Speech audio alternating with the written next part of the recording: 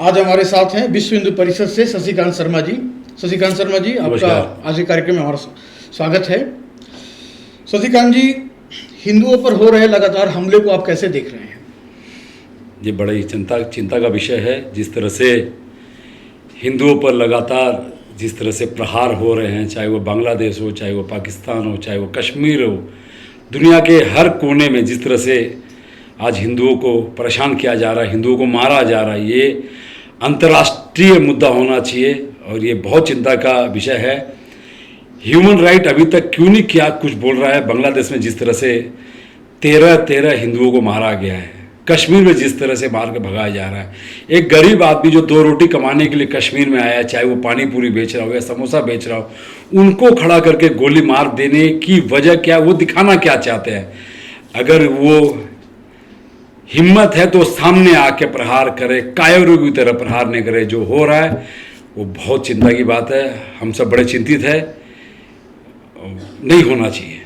कश्मीर में हिंदुओं का आधार कार्ड देख करके हिंदुओं को मारा जा रहा है जी, ऐसा, और बांग्लादेश में हिंदुओं की बस्तियों को जलाया जा रहा है, ऐसा क्यों? हिंदू संगठन कहाँ है? कायरता वाला काम है ये। आधार कार्ड दे के आप गोली मार रहे हो, एक 10 रुपया कमाने वाला एक मजदूर, उसको आप गोली मार रहे हो। ये कायर लोग इस तरह का काम करते हैं। हिम्मत नहीं है उनकी कि सामने आके वो लड़ाई करे। पीठ पीछे जो भी तक पाकिस्तान की साहब है, जो आतंकवादी जो अंदर आ रहे हैं, पाकिस्तान की पूरी बैकग्राउंड है उनके पास, पाकिस्तान का पूरा सपोर्ट है। बहुत दिन तक ये से नहीं चलेगा। हिंदुस्तान भी बहुत बड़ा कुछ करने जाएगा, इसकी हमें पूरी उम्मीद है। देश के प्रधानमंत्री से भी हमने आज 135 करोड़ हिंदुस्तानी भी ये नज़र लगाए बैठे हैं प्रधानमंत्री की तरफ कि प्रधानमंत्री करेंगे तो कोई एक ऐसा करेंगे जो पुलवामा में हुआ था, घुस के मारा गया था। तो अब वो समय आ गया है। अब की जो लड़ाई होगी वो आर पार की लड़ाई होगी, पूरी उम्मीद है। ये आर पार की लड़ाई की बात पहले भी हुई थी जब पुलवामा में हमला हुआ था, और भी हिंदू साधु संतों को भी हमेशा से प्रचारित किया जा रहा है, मारा जा रहा है। यो हिंदू संगठन हर बार बोलता है ये आर पार की लड़ाई है, पर हिंदू संगठन कहीं भी ग्राउंड में नजर नहीं आता है। संगठन खाली मीडिया में नजर आता है, ऐसा क्यों? नहीं, हर जगह नजर आ रहा है। कल आपने देखा होगा कर्नाटक के बेलगांव में, हुबली धारवाड़ में किस तरह से ईसाई समुदाय के लोगों ने वहाँ के कुछ ऐसे मजदूर लोगों को और जो गरीब तबके के लोग हैं उनको अपने घर में बुला के कन्वर्सेशन का जो काम चल रहा था, आपको मालूम होगा, वहां हमारे हिंदू कार्यकर्ता वहां जाके लड़ाई किए। और लड़ाई किस लिए किए?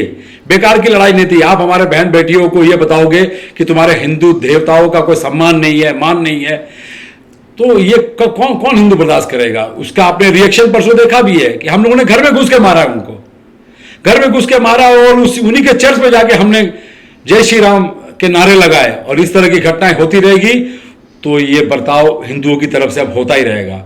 जहां भी देखिए, धर्म का प्रचार करना कोई गलत बात नहीं है। मैं भी अपने धर्म का प्रचार करता हूं, हर धर्म के लोग अपना प्रचार करते हैं, किंतु किसी भी आदमी को जबरदस्ती धर्म का परिवर्तन करवाना ये कानूनी अपराध है। और ये अपराध अगर होता रहेगा तो हिंदू संगठन चुप नहीं बैठेगा। परसों जो हुआ है वो आगे भी होगा। आज कश्मीर में 97% मुस्लिम आबादी है, 3% हिंदू आबादी है। तो 3% हिंदू आबादियों को वहाँ से कैसे बचाया जा सकता है जब वहाँ पर हिंदुओं की संख्या ही नहीं है?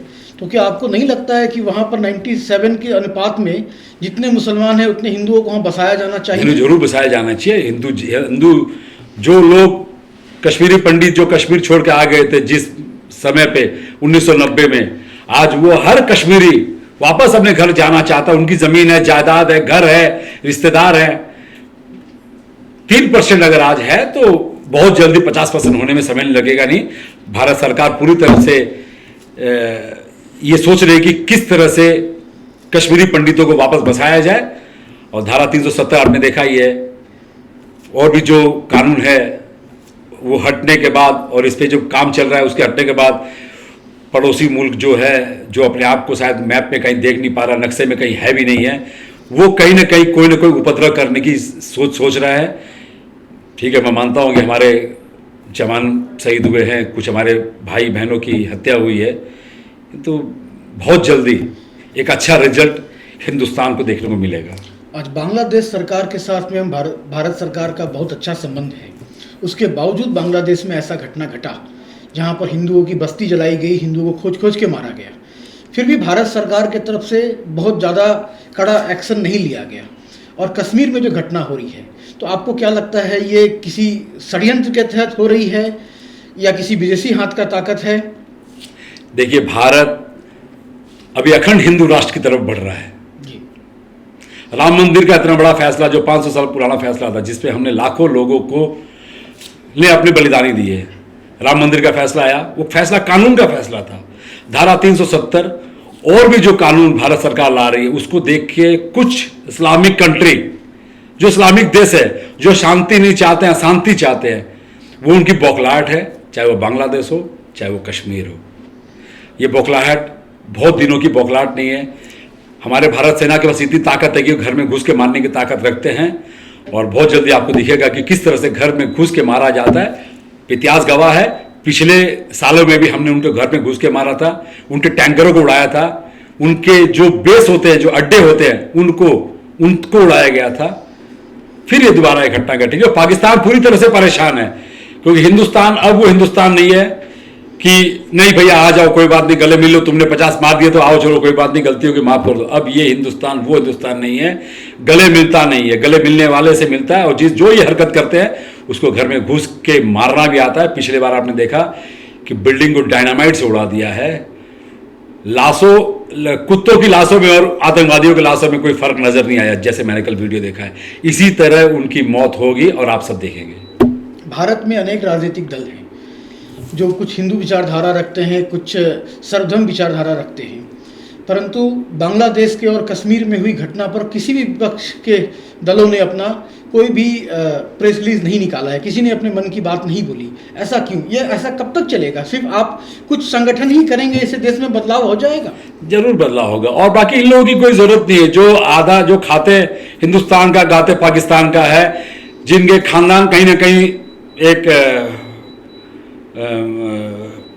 आतंकवादियों के साथ उनके संबंध रहे हैं, चाहे वो इस्लाम छोड़ के भारत की राजनीति में अपना एक जगह बनाने के लिए, चाहे आप मोतीलाल नेहरू जी का पुराना परिवार देख लीजिए, कहीं ना कहीं वो थे जी। फारूक अब्दुल्ला को देख लीजिए, चाहे मुफ्ती को देख लीजिए, सबकी बौखलाहट जो है वो सामने आ रही है। सब परेशान हैं। चिंता की कोई बात नहीं। हाँ, चिंता की बात जरूर है कि जिस तरह से हिंदुओं को मारा जाए, बड़ी चिंता की बात है, किंतु सोचने वाली बात नहीं है। जितने पार्टियां हैं, कोई पाकिस्तान के खिलाफ, कोई आतंकवादी के खिलाफ इसलिए नहीं बोलती है कि जानते अगर बोलेंगे तो हो सकता है कल हमारी हत्या कर दी जाए। कहीं ना कहीं आपको ये नहीं लगता है कि भारत के कानून में कुछ कमी है या कुछ कमजोरी है कि आप जेएनयू में नारा लगाते हैं अफजल गुरु के समर्थन में, पाकिस्तान के समर्थन में? एक तरह से यह देशद्रोह का मुद्दा है, परंतु जिन्होंने नारा लगाया और देश के करोड़ों हिंदुओं ने और देश के करोड़ों लोगों ने देखा, लेकिन नारा लगाने वाले आज भी बाहर घूम रहे हैं, तो ये कहीं ना कहीं लाचार कानून व्यवस्था के कारण तो नहीं कि इनकी हिम्मत बढ़ रही है? कानून अपना काम कर रही है और देशद्रोही है, क्योंकि हिंदुस्तान की जनता बेवकूफ़ नहीं है। अगर आप कहेंगे कि अफजल हम जिंदा है और तेरे कातिल जिंदा है और ये वो फलाना ठिकाना, कानून अपनी तरीके से काम कर रही है। उनको पूरा हिंदुस्तान जानता है कि वो देशद्रोही हैं। देशद्रोही का क्या व्यवहार किया जाना चाहिए, उनके साथ क्या करना चाहिए, समय आने पर कानून अपना काम जरूर करेगा। हमें कानून पर पूरा भरोसा है। आज जो ये घटना घट रही है, ये हिंदुओं के स्वाभिमान पर बार बार चोट किया जा रहा है, और ये हिंदू कब जागेगा? देखिए, हिंदू बहुत सनातन धर्म को मानने वाले पढ़े लिखे लोग जो हैं, वो अपनी संस्कृति का सम्मान करते हैं, अपने धर्म का सम्मान करते हैं। रही बात हमारी कमजोरी की, हिंदू कभी कमजोर नहीं रहा। इतिहास के पन्ने में आज भी अगर उठा के देख लिया जाए तो हिंदू कमजोर कभी नहीं रहा। राणा प्रताप याद होगा, छत्रपति शिवाजी याद होंगे, झांसी की रानी याद होगी, कित्तूर रानी चन्नम्मा याद होगी। हिंदुस्तान कभी कमजोर नहीं रहा। हमें जो पढ़ाया गया है, 47 के बाद जो शिक्षा मंत्रियों का जो लगातार जो 5-6 शिक्षा मंत्री आए, उन्होंने हमें ये पढ़ाया। अकबर द ग्रेट, अकबर तो एक कायर इंसान था, ग्रेट तो थे छत्रपति शिवाजी, वो हमें नहीं पढ़ाया गया। ग्रेट तो थे राणा प्रताप, वो हमें नहीं पढ़ाया गया। नहीं, हिंदू कभी कमजोर नहीं रहा है। हिंदू अगर एक मरा है तो सामने 10 गए भी हैं। आपने देखा होगा प्रयागराज से, अयोध्या से जब साधु संत गुजरात जा रहे थे तो उनको पेट्रोल जला के गोधरा में जला दिया गया था जी। 67 हमारे हिंदू भाई बहन को जला दिया गया था। इतिहास दोहराना हमें आता है। आप गोधरा की बात करते हैं, 1990 से कश्मीर से हिंदुओं को खदेड़ा जा रहा है, आज 2021 है, 31 साल हो गए हिंदुओं को वहाँ से खदेड़ा जा रहा है, लेकिन हिंदू संगठन, चाहे वो विश्व हिंदू परिषद हो, चाहे बजरंग दल हो, चाहे आरएसएस हो, अभी तक किसी ठोस इस चीज़ को कोई भी ठोस नतीजा निकाल नहीं पाए, कुछ ठोस कदम उठा नहीं पाए। ऐसा क्यों? नहीं, हिंदू संगठन पूरी तरह से कोशिश कर रहा है कि वापस कश्मीरी पंडित अपने घर पे जाए। पिछली सरकार 2014 के पहले जो पिछली सरकार थी, उनका उन अलगाववादियों के साथ गहरे संबंध थे जो नहीं चाहते थे कि कश्मीरी पंडित वापस आए। जब भी हम लोगों ने प्रयास किया, उन लोगों ने किसी न किसी तरीके से इनको रोकने की कोशिश की कि नहीं, कश्मीरी पंडित वापस नहीं आने चाहिए। यही कारण है, किंतु 2000 के बाद की जो स्थिति है आपके सामने है। कश्मीरी पंडित आज हिंदुस्तान में हर जगह कश्मीरी पंडित जो वहां से आए हुए हैं वो वापस अपने घर की तरह लौट रहे हैं, और बहुत जल्दी आपको देखने को मिलेगा। कश्मीरी पंडित लौट रहे हैं, उनके मन में कहीं ना कहीं कोई डर नहीं है, कोई डर नहीं है। मैं अपना घर छोड़ के वापस हमें घर पे जाना है, कोई बात नहीं। सरकार के ऊपर उनको पूरा भरोसा है कि सरकार हट रही है कश्मीर में जो हिंदू। जी हाँ, कितने लोगों को आप मार दोगे? 10, 20, 50, 100? तो हमारे जो लाखों करोड़ों कश्मीरी पंडित भाई बहन जो हमारे वहां से आए हैं, उनको डरा के, उनको धमकी दे के निकाला गया है। आज वो वापस अपने घर जा रहे हैं, और बहुत जल्दी वही कश्मीर आपको देखने को मिलेगा जो 1990 का कश्मीर था।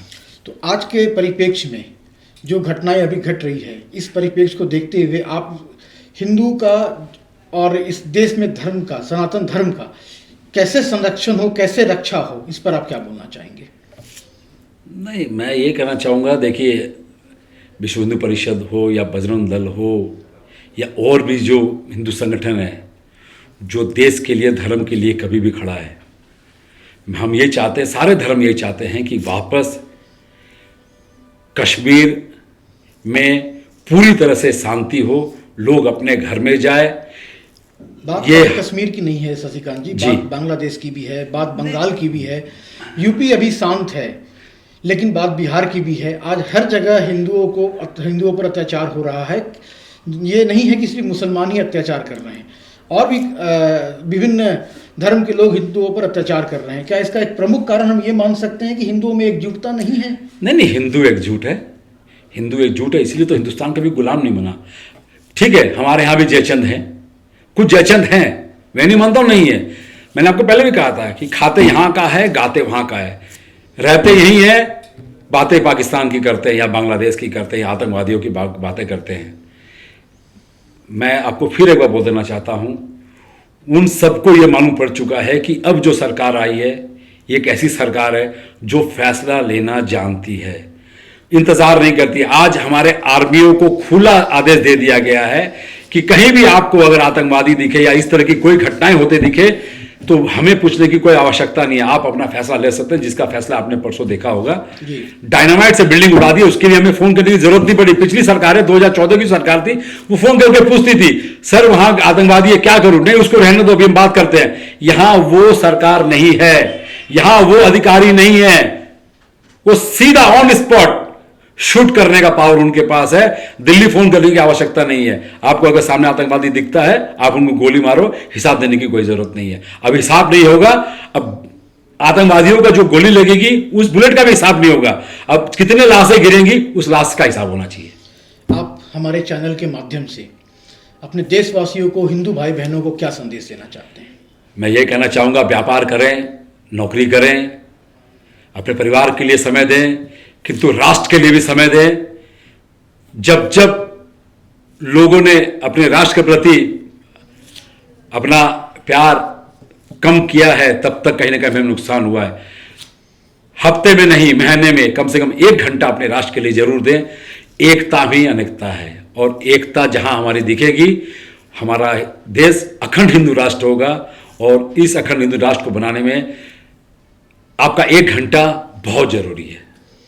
और आखिरी सवाल शशिकांत जी, आज के समय में जो संस्कृति जो खराब हो रही है, जो आज के बच्चे सनातन धर्म को नहीं समझ पा रहे हैं, आज के नए जनरेशन को अगर आप भगवत गीता, रामायण या किसी भी चीज़ के बारे में पूछेंगे तो उनको पता नहीं है, वो उसको एक कहानी की किताब की तरह समझते हैं। तो क्या आपको ऐसा नहीं लगता है कि आज अपने धर्म को बचाने के लिए हर घर में, हर बच्चों को या पाठ्यक्रम में इसको शामिल करना जरूरी है? सनातन धर्म से बड़ा कोई धर्म नहीं है। सनातन धर्म से एक सही उपदेश देने वाला जो धर्म है वो सिर्फ सनातन धर्म है।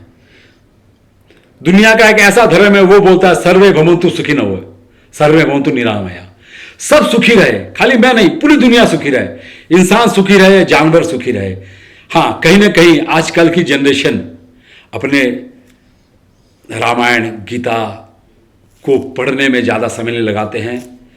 ठीक है, कम से कम जो बुजुर्ग उनके घर पे हैं, माता हैं, पिता हैं, बचपन से अपने बच्चों को 1 घंटा जरूर संस्कार दे कि सनातन धर्म क्या है। हमारे पुराने जो महान महान योद्धा रहे हैं, भगवान रामचंद्र जी रहे हैं, छत्रपति शिवाजी रहे हैं, भगवान कृष्ण भगवान रहे हैं, हर हर महादेव रहे हैं, उनके बारे में हर घर में कम से कम एक कहानी वाला माहौल होना चाहिए। जैसे हमारे माँ बाप हमें बचपन से ये कहानी सुनाया करते थे कि सुंदरकांड की पंक्तियां सुनाया करते थे, भगवत गीता के बारे में जानकारी दी जाती थी। धर्म क्या है, हमारा धर्म कितना शक्तिशाली है, कितनी ताकत है हमारे धर्म में। दुनिया का सबसे खूबसूरत और सबसे ताकतवर अगर कोई धर्म है वो सनातन धर्म है। मैं सभी माताओं, पिताओं को, बुजुर्गों को ये कहना चाहूँगा कि अपने बच्चों को कम से कम अपने धर्म के बारे में जरूर क्या आपको ये नहीं लगता है कि सरकार को इस चीज को पाठ्यक्रम में, स्कूलों जरूर होना चाहिए। हर पाठ्यक्रम में, हर भाषा में हमारे सुंदरकांड की बारे में बात की जाए, हमारे गीता के बारे में बात की जाए, हमारे जितने भी योद्धा थे, जितने भी शहीद थे, उनके बारे में जिक्र होना चाहिए। पुराने कुछ शब्दों को बदला जाए, पुराने जैसे सब बाबर, अकबर, मिर जाफर, मिर कासिम, सिराजुद्दौला, ये सब आतंकवादी थे। आतंकवादियों का जिक्र किताब में नहीं होना चाहिए। किताब में होना चाहिए छत्रपति शिवाजी, झांसी की रानी, महाराणा प्रताप, भगत सिंह, चंद्रशेखर आजाद, खुदीराम बोस, नेताजी सुभाष चंद्र बोस, सरदार पटेल, ऐसे लोगों का जिक्र होना चाहिए। कित्तूर रानी चेन्नम्मा जैसी हस्तियों की जिक्र होना चाहिए, मिर जाफर, मिर कासिम, सिराजुद्दौला का नहीं। और शशिकांत जी, आखिरी सवाल, अभी एक मुद्दा बहुत गर्म है, महात्मा गांधी और सावरकर, वीर सावरकर का, इसमें आपका क्या विचार है? मैं दोनों ने अपने देश के लिए काफ़ी कुछ किया, अपना बलिदान दिया, किंतु कुछ लोग इसको अगर राजनीति में ले जाना चाहते तो बड़े शर्म की बात है। ये पिछले कुछ दिनों से ये चल रहा है सावरकर के जी के बारे में और महात्मा गांधी जी के बारे में। इस तरह की बातें नहीं होनी चाहिए। वो सम्मान है, वो हमारे देश का सम्मान है, गौरव है। इस तरह से हर मंच पे इनका जो बातें चल रही है, नेगेटिविटी चल रही है, इसको बंद किया जाए। बड़ा खराब लग रहा है सब सुन के। आज हमारे साथ शशिकांत शर्मा जी, विश्व हिंदू परिषद से, इन्होंने सभी प्रश्नों का बहुत ही संयम से और बहुत उचित तरीक़े से जवाब दिया है। इन्होंने पाठ्यक्रम के बारे में भी बोला, भारत के इतिहास के बारे में भी बोला, हिंदू धर्म के बारे में भी बोला, भारत सरकार से भी इन्होंने कुछ निवेदन किया है। शशिकांत जी, आज के इंटरव्यू के लिए आपका बहुत बहुत धन्यवाद। जय श्री राम।